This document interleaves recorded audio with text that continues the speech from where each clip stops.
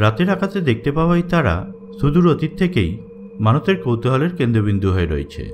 মানুষের মনে প্রশ্ন উঠেছে যে কি আছে মহাকাশের সুদূর গভীরে, আর সেই প্রশ্নের উত্তর খোঁজার জন্য আজ থেকে বহু বছর আগে কিছু বিজ্ঞানী আবিষ্কার করেছিল একটি যন্ত্রের, যাকে আমরা টেলিস্কোপ নামে জানি, অর্থাৎ দূরবীক্ষণ যন্ত্র।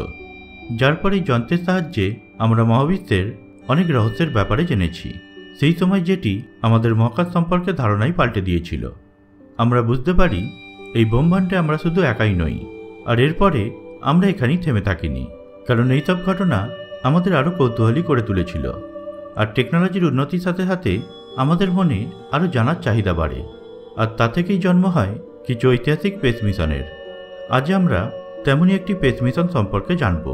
এটি এমন একটি মিশন যা আজ পর্যন্ত পৃথিবীবাসীকে তথ্য পাঠানোর ক্ষেত্রে সবথেকে শ্রেষ্ঠ মানা হয়। আজকের ভিডিওতে আমরা জানব ভয়েজার মিশনের সম্পর্কে। এই মিশনটির উদ্দেশ্য কী ছিল, তা থেকে আমরা কী কী তথ্য পেয়েছি এবং পাচ্ছি, আর কেনই বা এই মিশনটি মনুষ্য জাতির জন্য খুবই গুরুত্বপূর্ণ ছিল। আর এই সমস্ত কিছু জানতে হলে এই ভিডিওটি পুরো দেখতে থাকুন, কারণ ভিডিওটি খুবই ইনফরমেটিভ হতে চলেছে। আজ থেকে প্রায় ৪৫ বছর আগে, অর্থাৎ ১৯৭৭ সালে আমেরিকি স্পেস সংস্থা নাসা দ্বারা দুটি মহাকাশযান পৃথিবী থেকে লঞ্চ করা হয়, যা ছিল ভয়েজার 1 এবং ভয়েজার 2। ২০ আগস্ট ১৯৭৭-এ ভয়েজার 1 এবং তার ১৫ দিন পরে ৫ই সেপ্টেম্বর ভয়েজার 2-কে আমেরিকার কেপ ক্যানেভেরাল লঞ্চ সাইট থেকে লঞ্চ করা হয়েছিল। এই মিশন দুটির মূল উদ্দেশ্য ছিল সৌরজগতে অবস্থিত বৃহস্পতি, শনি, ইউরেনাস এবং নেপচুন সহ তাদের উপগ্রহগুলির অধ্যয়ন করা। এই মিশনটি লঞ্চ করার জন্য এই সময়টিকে বেছে নেওয়ার প্রধান কারণ হল ১৯৭৭-এর শেষের দিকে একটি রেয়ার অ্যাস্ট্রোনমিক্যাল ইভেন্ট ঘটতে চলেছিল, যেখানে সৌরজগতের বৃহস্পতি, শনি, ইউরেনাস এবং নেপচুন গ্রহটি একটি সরলরেখায় অবস্থান করবে। আর এই ঘটনাটি আবার পুনরায় ১৭৫ বছর পরে ঘটবে, আর সেই কারণেই এই সময়টিকে বেছে নেওয়া হয়েছিল। এখানে ভয়েজার 1-এর কাজ ছিল বৃহস্পতি এবং শনি গ্রহকে ফ্লাইবাই করার মাধ্যমে তাদের সম্পর্কে বিভিন্ন ইনফরমেশন কালেক্ট করে সোজা পথ ধরে এগিয়ে যাওয়া, যেখানে ভয়েজার 2-কে একটু বাঁকা পথে বৃহস্পতি এবং শনিকে ফ্লাইবাই করে ইউরেনাস এবং নেপচুনের স্টাডি করতে হতো। তবে এগুলি তো ছিল এদের মুখ্য কাজ, কিন্তু এই মিশনের সাথে সমগ্র মানবজাতির ইমোশন জড়িয়েছিল এর সাথে পাঠানো গোল্ডেন ডিস্কের জন্য, যা হল একটি ১২ ইঞ্চি সাইজের গোল্ড প্লেটেড কভার ডিস্ক। এটি ছিল একটি ফোনোগ্রাফ রেকর্ডার, যার ভেতরে ৫৫টি প্রাচীন এবং আধুনিক ভাষায় প্রাপকের জন্য শুভেচ্ছা পাঠানো হয়েছিল। সাথে ছিল মানব ইতিহাসের আজ পর্যন্ত ঘটা গুরুত্বপূর্ণ কিছু ছবি সহ কিছু অডিও ক্লিপ, যা আমাদের মানব সভ্যতার বিবর্তন এবং আমাদের সংস্কৃতিকে রিপ্রেজেন্ট করে। এটি মানবজাতির পক্ষ থেকে পাঠানো একটি বার্তা, যা সম্ভাব্য এলিয়ান জাতির উদ্দেশ্যে পাঠানো হয়েছিল। যদি ভবিষ্যতে এগুলি কারোর দ্বারা প্রাপ্ত হয়, তাহলে তারা জানতে পারবে মানব সভ্যতা বলে কোনো এক সভ্যতা এই ব্রহ্মাণ্ডের কোথাও না কোথাও রয়েছে বা অতীতে ছিল। মিশন লঞ্চ হবার প্রায় ২ সপ্তাহ পরে ভয়েজার 1 আমাদের থেকে ১৩ মিলিয়ন কিলোমিটার দূরে পৌঁছে গিয়েছিল। ১৮ই সেপ্টেম্বর ১৯৭৭ ভয়েজার 1 সর্বপ্রথম তার চোখ খোলে, অর্থাৎ তার ক্যামেরা মডিউলটি ওপেন করা হয় এবং সে তার প্রথম ছবি তোলে, যার ভেতরে আমাদের পৃথিবী এবং চাঁদকে একসাথে একই ফ্রেমে দেখা যাচ্ছিল। এরপর এর কাজ ছিল বৃহস্পতির দিকে এগিয়ে যাওয়া। এর প্রায় ৯ মাস পর এপ্রিল ১৯৭৮-এ ভয়েজার 1 পৃথিবী থেকে ২৬৫ মিলিয়ন কিলোমিটার দূরে পৌঁছে যায় এবং ৩ জানুয়ারি ১৯৭৯-তে সৌরজগতের সবথেকে বড় গ্রহ বৃহস্পতিতে পৌঁছে গিয়েছিল।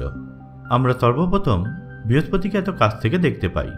ভয়েজার 1-কে বৃহস্পতির পাশ দিয়ে এগিয়ে যেতে হতো, তাই তার ক্যাপচার করা প্রত্যেকটি ফটো খুবই ইম্পর্টেন্ট ছিল, কারণ সেগুলি আর দ্বিতীয়বার ক্যাপচার করা সম্ভব হতো না। এই ক্যাপচার করা ছবিগুলি মনোক্রোম অর্থাৎ ব্ল্যাক অ্যান্ড হোয়াইট ছিল। পরবর্তীতে সেই ছবিগুলিতে কালার ফিল্টার প্রয়োগ করে কালারফুল করা হয়।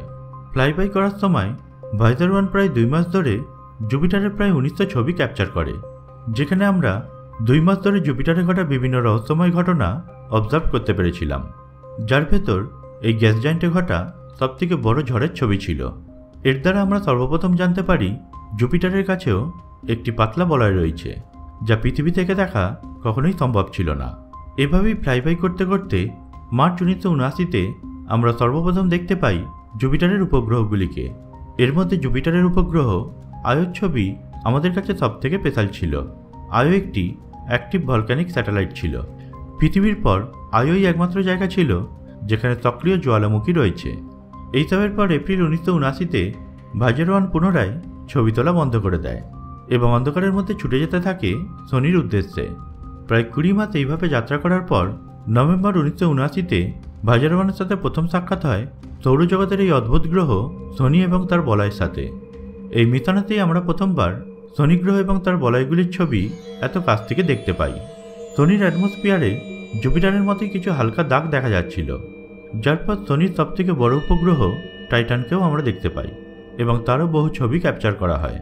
টাইটানের কাছে একটি পুরো অ্যাটমসফিয়ার ছিল, যার 90% নাইট্রোজেনে তৈরি ছিল এবং এতে মিথেনের উপস্থিতিও অনুমান করা হচ্ছিল। এরপর বিভিন্ন ডেটা অ্যানালাইসিস করার পরে বিজ্ঞানীরা এই সিদ্ধান্তে আসে এই সৌরজগতে পৃথিবীর পর টাইটানই একমাত্র জায়গা যেখানে জল তরল আকারে থাকতে পারে এবং এতে অবস্থিত নাইট্রোজেন, মিথেন এবং বিভিন্ন জটিল যৌগ এটি ইঙ্গিত করে যে টাইটানে জীবন সৃষ্টি হওয়ার প্রচুর সম্ভাবনা রয়েছে। আসলে ভাইজার 1কে মুখ্যভাবে এই টাইটানকে অবজার্ভ করার জন্যই বানানো হয়েছিল। এটি সায়েন্টিস্টদের কাছে এতটাই গুরুত্বপূর্ণ ছিল যে ভাইজার 1 কোনোভাবে যদি টাইটানকে মিস করে যেত তাহলে সেক্ষেত্রে ভাইজার 2 এর গতিপথ চেঞ্জ করে টাইটানের দিকে পাঠানোর একটি ব্যাকআপ প্ল্যানও ছিল বৈজ্ঞানিকদের কাছে, কিন্তু সমস্ত কিছুই প্ল্যান অনুযায়ী ঘটে। এরপর শনি গ্রহকে অতিক্রম করার পরে সময় এসেছিল ভাইজার 1কে সৌরজগৎ ত্যাগ করে মহাকাশের অন্ধকারে হারিয়ে যাওয়ার, কারণ এরপরে এটির আর কোনো গ্রহ বা উপগ্রহের কাছে যাওয়ার প্ল্যান ছিল না। শুধুমাত্র সোজাপথে মহাশূন্যের দিকে এগিয়ে যাওয়ার উদ্দেশ্য ছিল এটির, আর যা এটি আজও করে চলেছে। এবার আসে ভাইজার 2 এর জার্নি। এক্ষেত্রে ভাইজার 2কে শনিকে পার করে ইউরেনাসের দিকে যেতে হতো। জানুয়ারি 1986 ভাইজার 2 ইউরেনাসের কাছে পৌঁছায়। ইউরেনাস, যার সম্পর্কে সেই সময় বৈজ্ঞানিকদের কাছে খুব অল্পই ধারণা ছিল, আর তার ছবিগুলোই বৈজ্ঞানিকরা খুব কাছ থেকে পর্যবেক্ষণ করতে পারছিল। ভাইজার 2 ইউরেনাসের সবথেকে কাছের এবং ছোট উপগ্রহ মিরেন্ডার সর্বপ্রথম পর্যবেক্ষণ করে। এটি ছাড়া ভয়েজার 2 আরও 10টি উপগ্রহ এবং রেডিয়েশন বেল্টের খোঁজ করে ইউরেনাসে। তারপর ভয়েজার 2 ফ্লাইবাই করে ইউরেনাসকে টপকে যায়। এরপর আগস্ট 1989-তে ভয়েজার 2 পৌঁছে যায় নেপচুনের কাছে। আমাদের সৌরজগতের শেষ প্রান্তে অবস্থিত এই গ্রহটি পৃথিবী থেকে খুব ছোট এবং হালকাভাবে দেখা যেত। যখন নেপচুনকে প্রথম কাছ থেকে দেখা হয় তখন আমরা একটি জিনিস দেখতে পাই, নেপচুনের পৃষ্ঠে একটি গাঢ় বর্ণের দাগ। এরপর নেপচুনের উপগ্রহ ট্রাইটনকেও দেখতে পাওয়া যায়। ট্রাইটনের অর্ধেক অংশ নাইট্রোজেনপূর্ণ বরফ দ্বারা আবৃত ছিল। এরপর ভয়েজার 2ও অন্ধকার মহাশূন্যের দিকে এগোতে থাকে। নাসার এই দুটি স্পেসক্রাফট দ্বারা আমরা 4টি গ্রহ এবং তাদের উপগ্রহ সম্বন্ধে জানতে পারি এবং তাদের দ্বারা পাঠানো এই ডেটাগুলি আমাদের ভবিষ্যতে অন্যান্য স্পেস মিশনগুলি করার ক্ষেত্রে খুবই গুরুত্বপূর্ণ। 1990-তে বৈজ্ঞানিকরা এর শক্তির ক্ষয় কমানোর জন্য এর ক্যামেরাগুলি বন্ধ করে দেওয়ার সিদ্ধান্ত নেয়। সেই সময় ভাইজার 1কে প্রথমবার বিপরীতমুখী করানো হয়। 14 ফেব্রুয়ারি 1990-তে ভাইজার 1 পুনরায় তার ক্যামেরা ওপেন করে এবং একটি ছবি তোলে, আর সেটি ছিল একটি ফ্যামিলি ফটো যেখানে সৌরজগতের সমস্ত গ্রহগুলি উপস্থিত ছিল। আর এই ফটোতেই আমরা আমাদের পৃথিবীকে একটি পিক্সেলের আকারে দেখতে পাই, আর এটাই আমাদের পৃথিবী, যাকে সেই সময় পেল ব্লু ডট নাম দেওয়া হয়। এটি পৃথিবী থেকে 6 বিলিয়ন দূর থেকে ক্যাপচার করা ভয়েজার 1-এর একটি বিদায়ের ছবি ছিল। এরপর ভয়েজার 1 শেষবারের মতো তার চোখ বন্ধ করে। এই দুটি স্পেসক্রাফটের শেষ ছবি ট্রান্সমিট করার পরে পাওয়ার কনজাম্পশনের জন্য এদের ক্যামেরা মডিউলগুলি চিরতরে বন্ধ করে দেওয়া হয়। তবে এক্ষেত্রে এর বাকি উপকরণগুলি চালু ছিল। 17 ফেব্রুয়ারি 1998-তে ভয়েজার 1 সূর্য থেকে 69 AU অর্থাৎ অ্যাস্ট্রোনমিক্যাল ইউনিট পর্যন্ত পৌঁছে গিয়েছিল, আর এই দূরত্ব অতিক্রম করার সাথে সাথেই এটি পৃথিবী থেকে সবথেকে দূরে থাকা স্পেসক্রাফটের রেকর্ড অর্জন করে। 25 আগস্ট 2012-তে ভাইজার 1 হিলিওপলসকে পার করে ইন্টারস্টেলার স্পেসে প্রবেশ করে। হিলিওস্ফিয়ার একভাবে সৌরজগতের জন্য একটি শিল্ড অর্থাৎ ঢালের মতো কাজ করে, আর হিলিওপলস হল হিলিওস্ফিয়ারের শেষ সীমানা অর্থাৎ বর্ডার লাইনকে বলা হয়। মার্চ 2013 তখন ভয়েজার 1 ইন্টারস্টেলার স্পেসে প্রবেশ করা প্রথম মহাকাশযান, যার পর 2018 সালে ভয়েজার 2ও ইন্টারস্টেলার স্পেসে প্রবেশ করে। বর্তমানে অর্থাৎ 2022-এ এই মিশনটি লঞ্চ করার 45 বছর হয়ে গেল, কিন্তু এই স্পেসপ্রোবটি আজও নাসার ডিপ স্পেস নেটওয়ার্কের সাথে নিয়মিত কমিউনিকেট করছে। ডিপ স্পেস নেটওয়ার্ক পৃথিবীর সবথেকে বড় টেলিকমিউনিকেশন প্রণালী। এটি নাসার বিশাল বড় বড় রেডিও অ্যান্টেনা দ্বারা তৈরি একটি কমিউনিকেশন সিস্টেম। ভয়েজার আজ 17 কিলোমিটার পার সেকেন্ড গতিতে আমাদের থেকে দূরে চলে যাচ্ছে, যা আজ পৃথিবী থেকে 22.2 বিলিয়ন কিলোমিটার দূরে রয়েছে। আর এই দূরত্ব এতটাই বেশি যে ভয়েজার থেকে পৃথিবীতে সিগন্যাল আসতে প্রায় 36 ঘন্টা সময় লেগে যায়। আর ওই সময় এই রেডিও সিগন্যালগুলি 1 সেকেন্ডে 3 লক্ষ কিলোমিটার পথ অতিক্রম করে। প্রায় 45 বছর পরে এই দুটি স্পেস প্রোব এখনও প্রায় সঠিকভাবেই কাজ করছে এবং মানবজাতির বার্তা বহন করে নিয়ে যাচ্ছে ব্রহ্মাণ্ডের সুদূরে। কিন্তু প্রশ্ন এখানে একটাই, এভাবে এরা কতদিন চলতে পারবে?